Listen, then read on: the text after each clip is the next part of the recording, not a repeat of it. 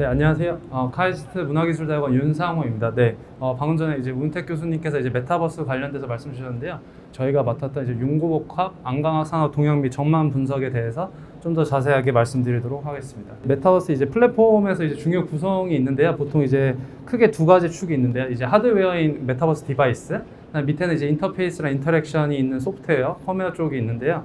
이제 기존에는 이제 메타버스 디바이스보다는 이제 인터페이스랑 인터랙션 쪽에 좀 더 치중이 되었습니다. 왜냐하면 이제 관련된 알고리즘도 개발이 필요하고, 그 다음에 예를 들어서 뭐 사람이 인터랙션 해야 될 때 알고리즘도 개발이 돼야 되고, 그렇지만 이제 이런 것들을 하다 보니까 실제로 이제 다시 이제 사람들이 많이 사용하게 하려면 디바이스 자체, 그러니까 디스플레이가 경량화된 폼팩터로 진행이 돼야 되는데, 그 부분이 미진해서 최근에 다시 하드웨어 관련해서 이제 경박 단소, 얇고 가볍고 이제 작고 그런 방식의 이제 하드웨어 쪽으로 이제 메타버스 발전 방향이 진행되고 있고요. 그다음에 최근에 이제 메타버스 플랫폼의 이제 발전 방향을 보면은 이제 현재는 이제 VR, 그 저해상도 비디오랑 3D 오프 인터랙션이 들어간 부분, 그다음에 모바일 AR. 저희가 이제 지금 들고 있는 보통 이제 최신 나오는 핸드폰 같은 경우도 다 이제 AR 기능 등이 들어가 있거든요. 그런 부분을 현재 저희가 사용하고 있고요. 이제 가까운 물에는 이제 MR이라 그래갖고 믹스드 리얼리티라 그래가지고 실가상에 대한 플랫폼을 같이 볼 수 있고요. 그다음에 풀 AR에서 완벽한 형태는 아니지만 몰입감 높은 AR 지원하는 방향. 그다음에 이제 마지막으로 이제 먼 미래가 이제 XR인데, 이쪽은 이제 몰입감이랑 살시감 있는 AR을 지원하고 VR을 선택적으로 지원할 수 있는 부분에 대해서 발전 방향이 되고 있습니다. 그러면 이제 왜 스마트 글래스가 필요한가? 이제 저희가 메타버스 디바이스 이제 히스토리를 보면 알 수 있는데, 이제 어떻게 보면 게임에서 이제 보통 이 메타버스라는 게 시작이 됐거든요. 그래서 맨 왼쪽 위에 보시면 이제 닌텐도 버추얼 보이가 있는데, 이때부터 디바이스가 시작됐다고 볼 수는 있는데 이때부터 계속 이제 줄어드는 경향이 있습니다. 예를 들어서 닌텐도 버추얼 보이에서는 이 컨트롤러, 사람이 실제로 이 디바이스를 컨트롤하는 부분이 유선으로 되어 있었고요. 이 부분이 오큘러스 리프트에 와서야 이제 없어지고요. 근데 이제 그 사이에 시간적 간격을 보시면 약 한 30년, 95년에서 2016년까지 먼 기간이 있었고요. 그다음에 이제 오큘러스 리프트가 이제 발매되고 나서부터는 이제 하드웨어에 이제 대기업들이 많이 투자를 하기 시작하였고, 그다음에 이 부분에서도 이제 마켓이 창출될 수 있고, 이 전까지는 왜 디바이스가 안 나왔나 생각해 보면 통신의 속도가 안 좋았고요. 그다음에 디스플레이 자체의 성능도 이때까지는 미진한 부분이 있어서 2016년부터 이제 오큘러스가 처음 나왔을 때부터 이제 하드웨어가 어느 정도 소프트웨어를 따라잡았다고 하고 이제 발전이 된 것 같습니다. 그래서 이제 오큘러스 퀘스트에 와서는 헤드셋 자체도 이제 유선에서 무선으로 바뀌었고요. 여기서 이제 중요한 부분은 헤드셋 자체에서 컴퓨팅이 이루어지고요. 이제 더 이상 컴퓨터를 필요로 하지 않고 그 디바이스 자체에서 연산이 모두 되는 방향이고요. 그 다음에 있어서 이제 홀로렌즈 같은 경우는 조금 더 이제 경량화된 부분이 있고요. 여기서 홀로렌즈 2는 아예 컨트롤러 자체가 없습니다. 진짜 사람 손만으로 이제 인터랙션을 하는 걸 기본으로 하고 컨트롤러 자체를 아예 지급을 하지 않았거든요. 그래서 여기서 보면 컨트롤러도 없어졌고, 이제 현재 이제 기업들이 많이 이제 뉴스에도 많이 나오는 부분이 이제 MR 헤드셋이라 그래서 조금 더 경량화된 폼팩터를 지향을 하고 있고요. 그다음에 2025년 이후에 이제 AR 글래스가 예상된다고 하는데, 최근에 나온 뭐 뉴스들을 보면은 이것도 한 2년 이상 더 미뤄진 것 같습니다. 이 부분들을 보면은 이제 중요한 이유는 요것 때문인 것 같습니다. 지금 왜 이 AR 글래스가 저희가 말을 하는데 왜 자꾸 이게 바로바로 이루어지지 않느냐. 저도 이제 회사나 MS나 삼성전자 안에서도 이제 일을 해봤을 때 가장 문제되는 게 이렇게 크게 세 개인데요. 첫 번째는 현재 안경테, 그러니까 이제 헤드셋 형태로 하게 되면은 사람들이 솔직히 이제 이거를 일반적인 상황에서 사용하기 어렵습니다. 예를 들어서 게임을 하는 것 같거든요. 이렇게 얼굴을 다 가리고요. 그 다음에 현재 70g 이상을 안경 이 디바이스가 갖게 되면 사람들은 이게 무겁다고 인지한다고 합니다. 그래서 70g 이상 되면은 사람들이 오래 사용하기도 힘들고 거부감도 느끼고요. 그다음에 마지막으로는 이게 가장 큰 문제일 수도 있는데, 현재 그 배터리라는 게 결국은 무게랑 직결이 되고, 그다음에 배터리를 500mW 안에서 이제 기간도 하루나 이틀을 충분히 쓸 수 있는 그런 디스플레이가 있어야 되고요. 그리고 또한 가장 큰 문제는 이런 저전력을 유지하면서도 이런 모든 하드웨어가 이제 안경테에 다 들어가야 되거든요. 안경테에서 이제 발열 이슈가 있습니다. 그래서 이런 경량화 부분이랑 발열 부분, 이 부분이 가장 중요한 현재 이슈 같고요. 하드웨어에서는 이렇게 크게 세 축이 있는데, 디스플레이, 센서, 액추에이터. 근데 이제 저는 오늘 이제 실제로 스마트 글래스랑 관련된 이 디스플레이 부분만 말씀드리도록 하겠습니다. 제가 앞에서 말씀드렸듯이 이제 디스플레이에서는 이제 소형, 저전력, 저발열 구동이 가장 이슈가 되고 있고요. 소형은 제가 보기에는 많이 이루어지고 있습니다. 이제 해외 업체들도 보면 웨이브가이드도 그렇고 1, 2mm 이하로 이렇게 많이 압축되는 형태가 나오기 시작했거든요. 그렇지만 아직까지 따라가지 못한 부분은 예를 들어서 이 디스플레이 성능이 나와도 다양한 시력을 지금 대응을 할 수가 없고요. 그 다음에 이 하드웨어를 보다 보면 이 웨이브가이드 이 렌즈도 중요하지만 이제 옆에서 이제 쏴주는 디스플레이, 프로젝터도 중요한데요.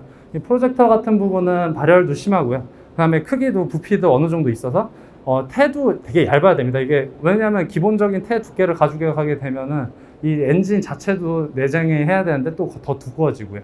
그래서 이런 부분에서 이제 지금 성능 개선이 필요하다고 생각되고 많은 기업들 안에서도 발전이 이루어지고 있고요. 이제 디스플레이 관련 하드웨어 간단하게 이제 말씀을 드리면은 이제 웨이브 기반 디스플레이가 지금 가장 널리 형태로 이제 대기업들이나 이런 데서 이제 많은 이제 스타트업들 컴퍼니도 있습니다. 예를 들어서 여기서 제가 보여드린 여기는 이제 삼성전자에서 많이 투자를 한 곳이거든요.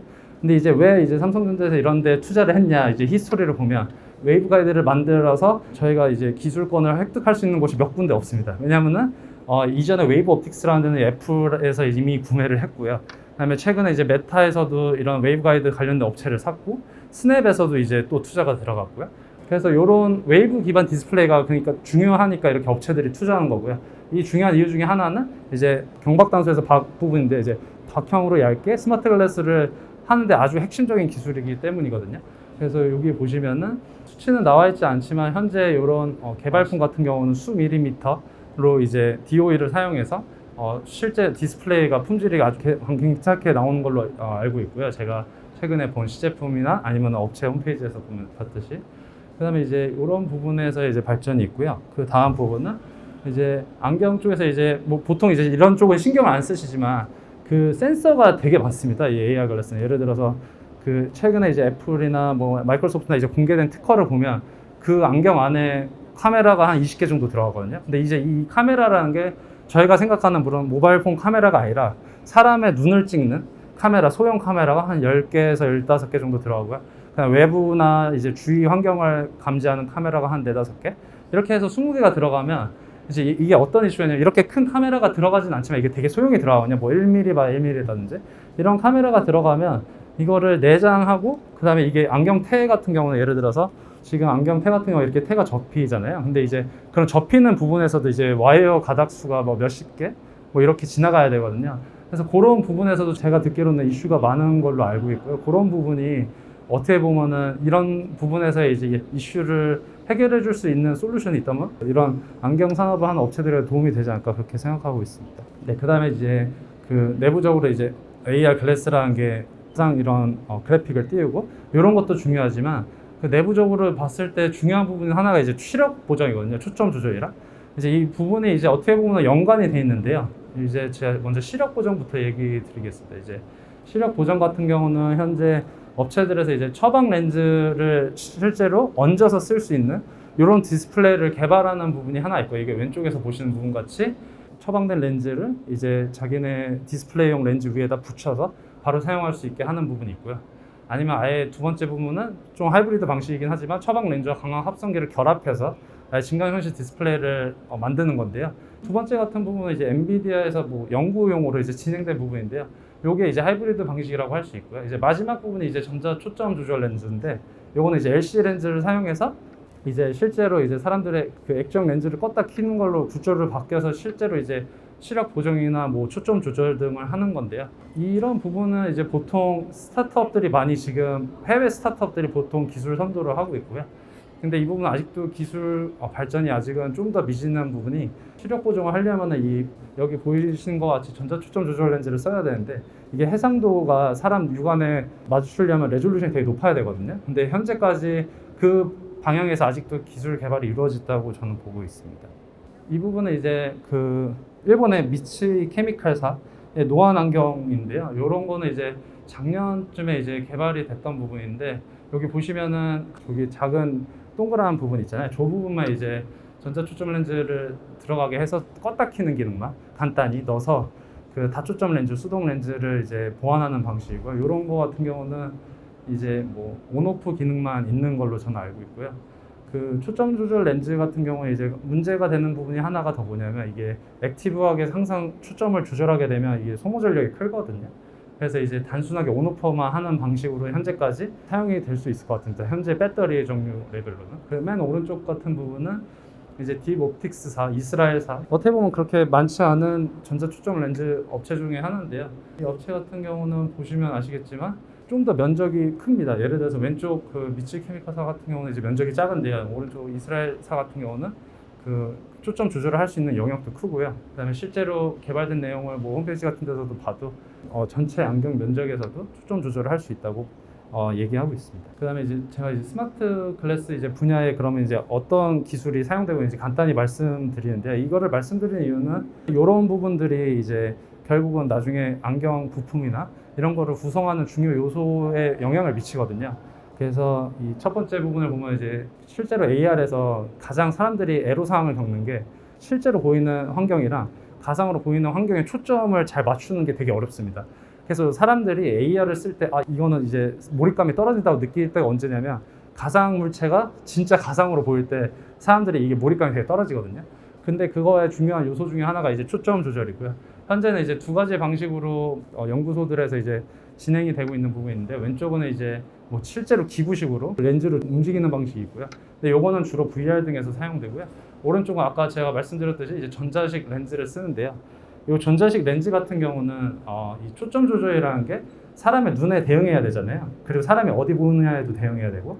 그래서 이런 것들을 하려면은 두 가지가 더 들어가야 되는데 첫 번째는 사람의 눈이 어디 보는지 그걸 센싱하는 부분하고 그다음에 사람의 눈이 어딜 봤을 때 그 부분과 나와의 거리가 알아야 되거든요. 그래서 그렇게 하게 되면은 외부 감지를 하는 카메라 센서도 있어야 되고 제 눈을 감지하는 카메라 센서도 있어야 되고 그래서 이렇게 센서들이 많이 지금 들어가게 되고요. 특히 이제 시선 추적 같은 경우는 애플이나 마이크로소프트나 그 외에 여러 AR이나 뭐 VR을 디바이스를 하는 모든 기업들에서 거의 내재화를 하는 방향으로 자꾸 가고 있는 부분입니다.